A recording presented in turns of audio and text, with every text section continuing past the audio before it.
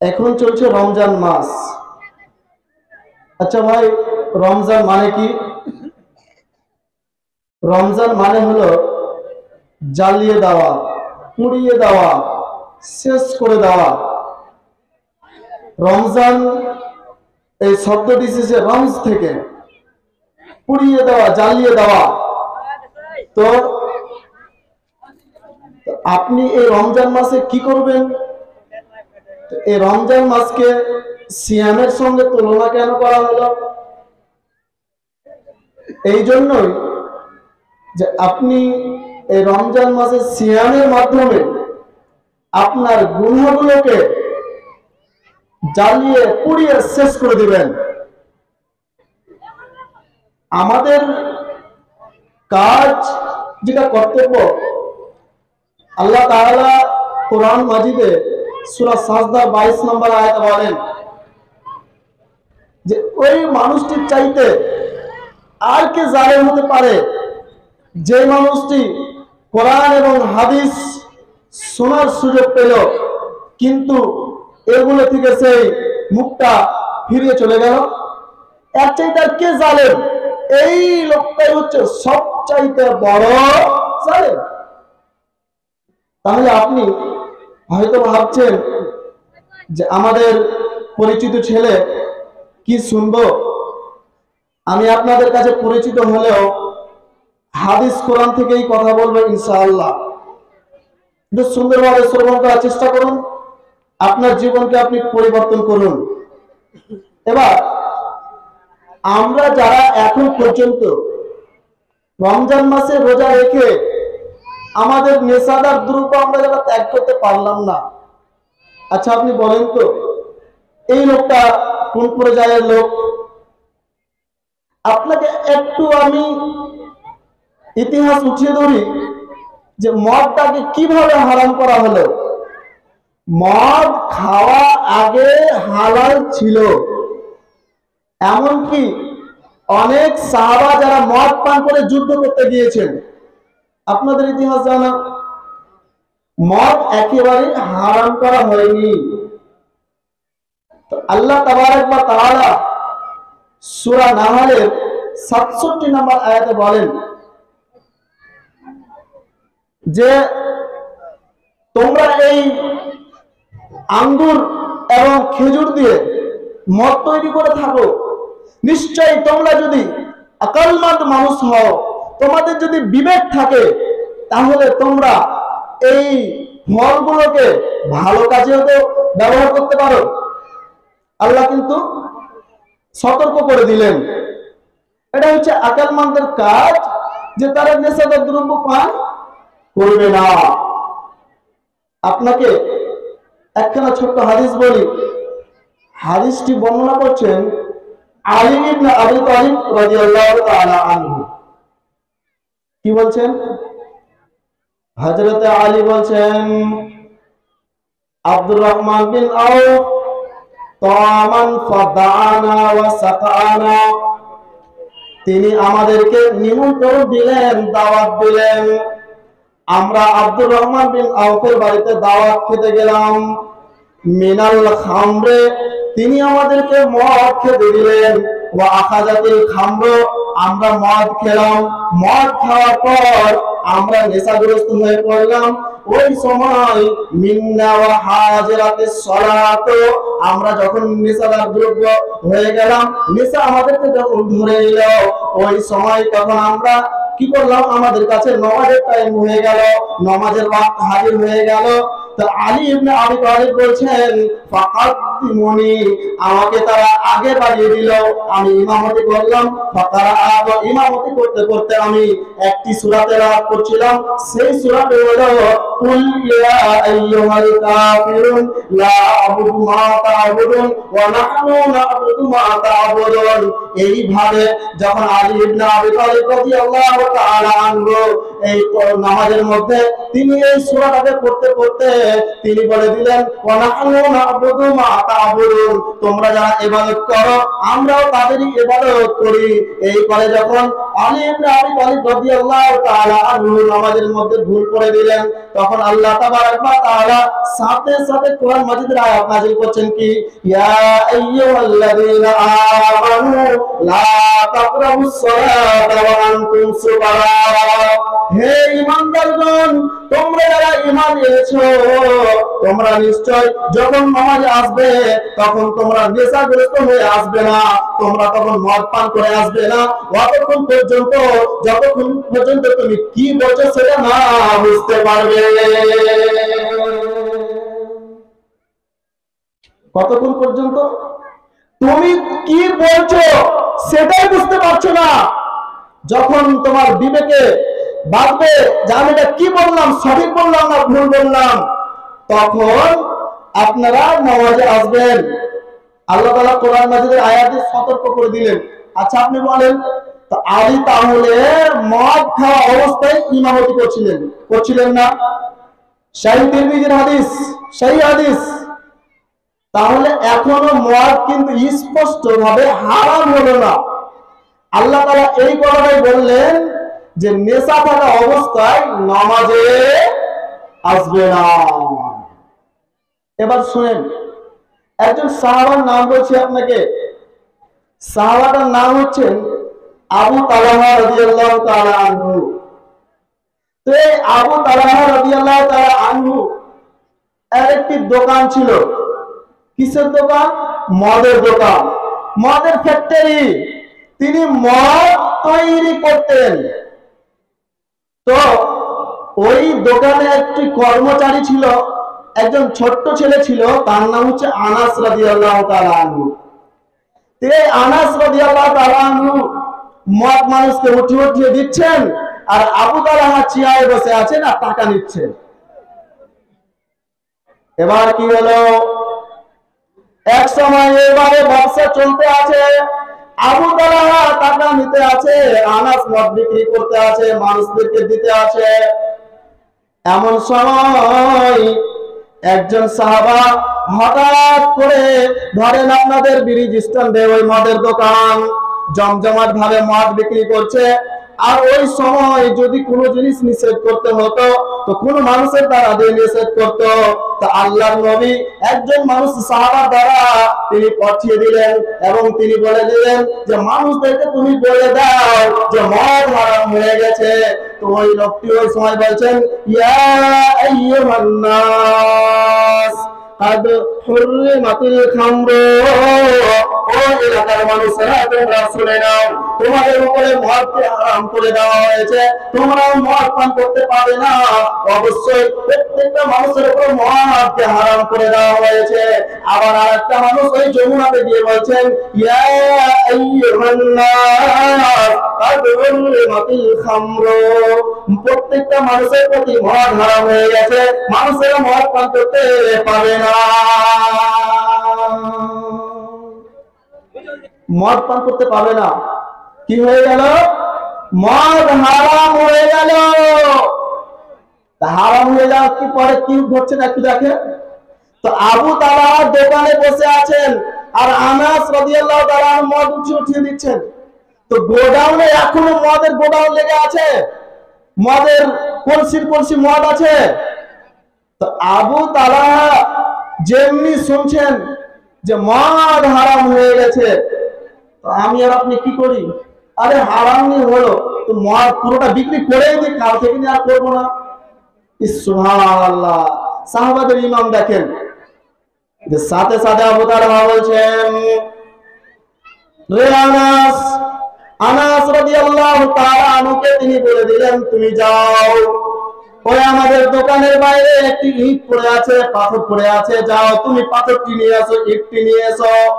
ওই ইট পাথর নিয়ে আসার পর আবু তালহা প্রত্যেকটা মাটির কলসিকে ফাটিয়ে দিল।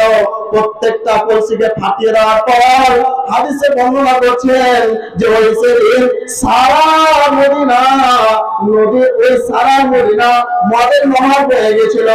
আর ওই সেদিন মদিনাতে এত মদ ছিল যে রাস্তায় রাস্তায় মদ গড়াগড়ি খাচ্ছিল।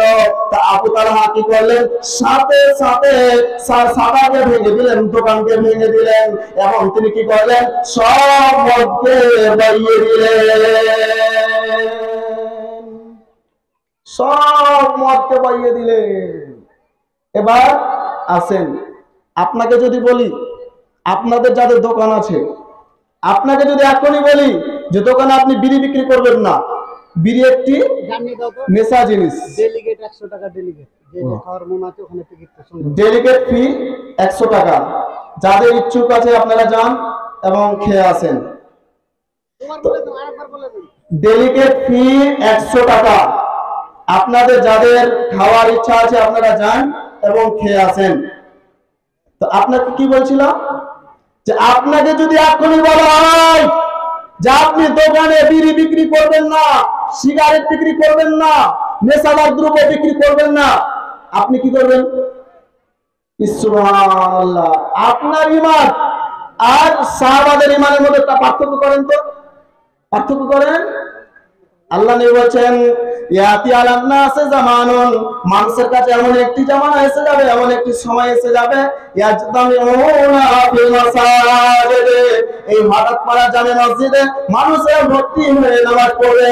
আর একজন মানুষ যদি ওই মসজিদের মেইন গেটে দাঁড়িয়ে দেখতে থাকে যে কত মানুষ বের হচ্ছে, কত মানুষ বের হচ্ছে, তো আল্লাহ পাক নবী বলেন লাইসা ফিহিম মুমিনুন, তুমি কাউকে দেখতে পাবে না যারা ঈমানদার, আর কাউকে দেখতে পাবে না যারা মুমিন। এরা সবাই কি না, এরা সবাই মুসলমান হিসেবে বসবাস করছে,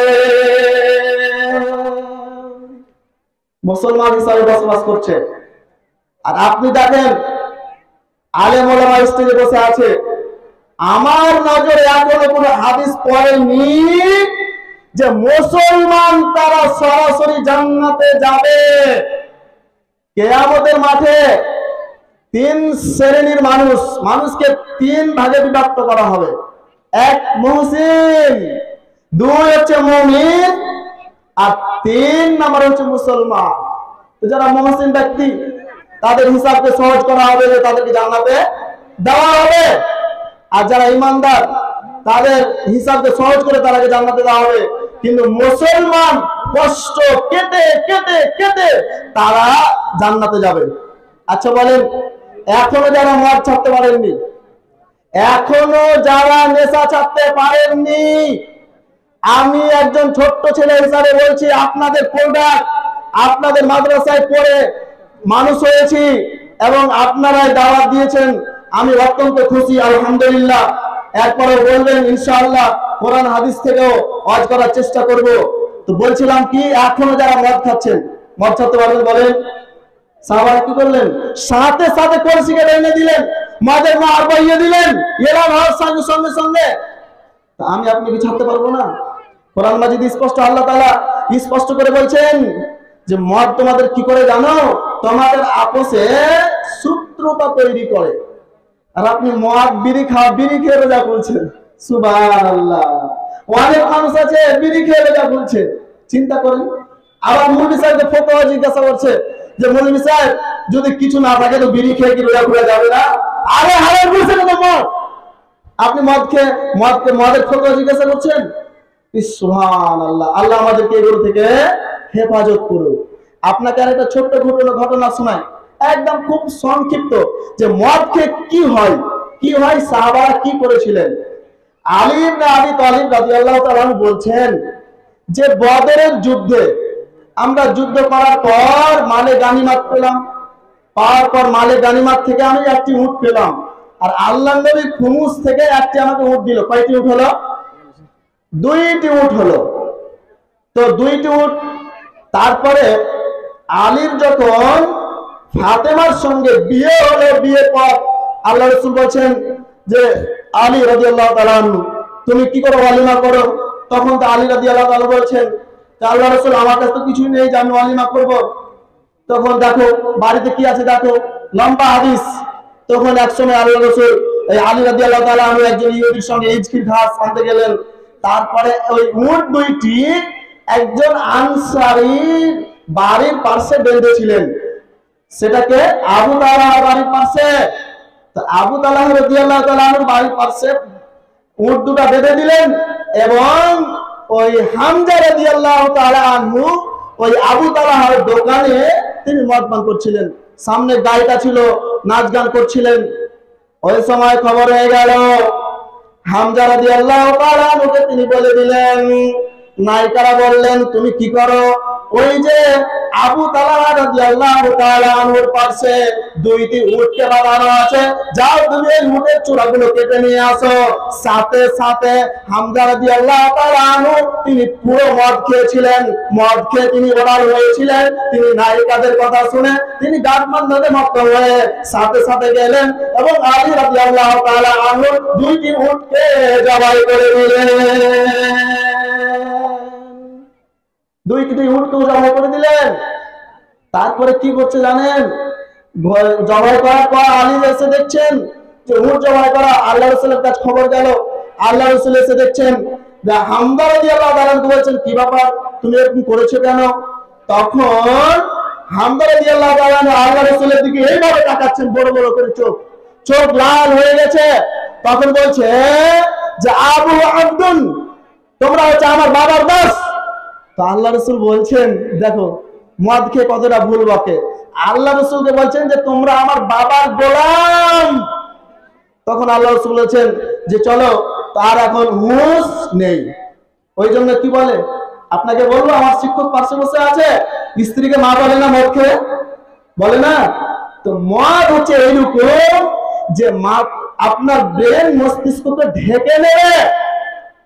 তো মদ সাহাবারা যেইভাবে ত্যাগ করেছেন, তিনারা দ্বিধাবোধ করেননি, সাথে সাথেই তিনারা মদকে বইয়ে দিলেন, ছেড়ে দিলেন। তা আমরা কি ছাড়তে পারি না? আমরা কি ছাড়তে পারি না? আপনাকে আর 2-1 মিনিট কথা বলে ছেড়ে দিচ্ছি। এবার আপনাকে শুধু মদেরই হারাম হওয়ার কথা বললাম। এবার মদ খেলে শাস্তি কি হয় বলেন? আনাস রাদিয়াল্লাহু তাআলা বলেন, যে গ্রামে লা ইয়াকুনুনা ফি হাযিহিল উম্মতি খাসফুন ওয়া মাসফুন ওয়া কাযফুন, যখন তোমরা দেখবে এলাকাতে 3 প্রকারের গুনাহ হচ্ছে, এক হচ্ছে মানুষেরা মদ পান করছে, 2 হচ্ছে মানুষেরা গান বাজনা নিয়ে আসছে, 3 হচ্ছে মানুষেরা নায়ক নায়িকাদের নিয়ে মত্ত হচ্ছে। যখন তোমরা দেখবে এই দুনিয়াতে, এই গ্রামে, এই এলাকায় যখন এই 3 প্রকারের গুনাহ ঘটছে, তো আল্লাহ পাকে নাই বলছেন যে হঠাৎ পাড়ার মানুষেরা শুনে নাও, যখন তোমাদের উপরে এই সময় 3টি বিপদ নেমে আসবে, হয় এই গ্রামকে ধ্বংস করে দেবে, ভূমিকম্প দ্বারা ধ্বংস করবে, না হয় মুসলমানকে অন্য কেউ মারবে, না হয় ওপর থেকে তাকে মারবে।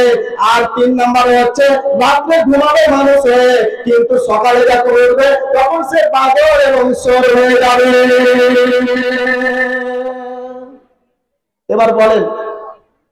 এবার বলেন ট্রেনে বাসে মুসলমান লাভ খাচ্ছে, খায় না? খায় না? দেখতে পাচ্ছেন না? ফেসবুক চালান না, মোবাইল ডাউনলোড করছেন, তো কেন খাচ্ছে? আপনাকে নিচে সতর্ক হন। আল্লাহ রাসূল বলেছেন, যে ব্যক্তি মদ পান করবে তাকে অন্য জাতিকে দিয়ে মুসলমানকে পিটাবে। আপনাকে হুঁশিয়ার হন, আপনি মদ ছাড়ুন, তাহলে আপনাকে কেউ কিছু বলবে না, আপনাকে সাহায্য করবে একমাত্র হচ্ছে আল্লাহ। এই জন্যই মুসলমান যেখানে সেখানে লাভ খাচ্ছে। আপনি বাসে উঠেন, জোর করে কথা বলতে পারবেন না, ট্রেনে উঠেন, জোর করে কথা বলতে পারবেন না, কথা বড় হয়ে যাবে। যাই হোক, আপনাকে আমি যেটা বলতে চাইছি সেটা হচ্ছে যে আপনি মদ থেকে বেঁচে থাকুন, মদকে আপনি রমজান মাসে ছেড়ে দেন। মতিউর রহমান 500 টাকা দান করেছে। আল্লাহ গো, যে উদ্দেশ্যে দান করেছে আল্লাহ তুমি তার উদ্দেশ্যকে পূরণ করো। আমি, আমার শিক্ষক বসে আছেন, আমার হাতে কেউ যদি দান দিতে চান 1-2 মিনিটের মধ্যে আসুন তো দেখি 200 টাকা করে 5 জন আছেন, আমি একটু দোয়া করে দিই। আমি স্টুডেন্ট, আপনাদের আমি গ্রামের লেখাপড়া করে মানুষ হলাম, আসেন দেখি কে আসছেন। আমি 1-2 মিনিট ছেড়ে দেবো। দেখেন বক্তা বসে আছে, আসেন দেখি। আমি ছেড়ে দিচ্ছি। তাগতের রাজ কায়েম হয়েছে সারাটি দুনিয়ায়, হাই রে হাই। ইমানের আজ ইমান নিয়ে বেঁচে থাকা বড় হয়েছে দায়। মদে মাতামাতি চুরি ছিনতাই জেনা করা যেন বড় কথা নয়। কিছুদিন পরে শুনতে পারে নিজের বোনকে লুটেছে নিজের ভাই। তাগতের রাজ কায়েম হয়েছে সারাটি দুনিয়ায়, হায় রে হায়।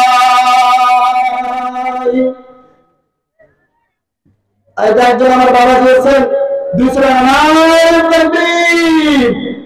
আল্লাহ যে উদ্দেশ্যে দান করছে রমজান মাসে, আল্লাহ তুমি তার উদ্দেশ্যকে পূরণ করে দাও।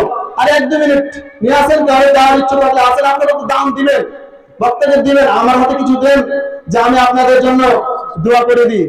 যাই হোক, আমি শেষ করে দিচ্ছি। যদি কেউ দিয়ে দেওয়া থাকলে দেন, না পরের বক্তাকে দেবেন। আপনাদের সবাই আশা আছে যে আমার কাকু নুরুল ইসলাম এবং আমার শিক্ষক মহল্লা বসে আছেন, ওনার হাতে দিবেন।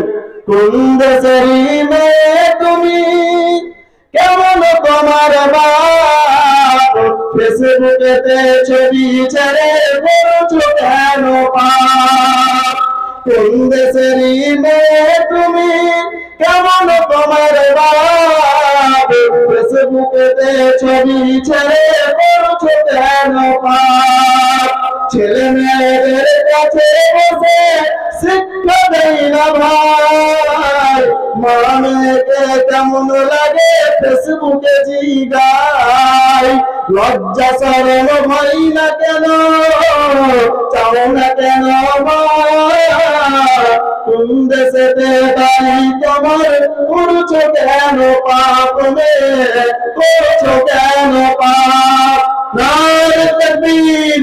আমি 5 জন বলেছিলাম, কিন্তু 8-10 জন হয়ে গেছে। আমি আল্লাহ তাআলার কাছে, ইলিয়াস আলী অসুস্থ, একটু দোয়া করে দাও।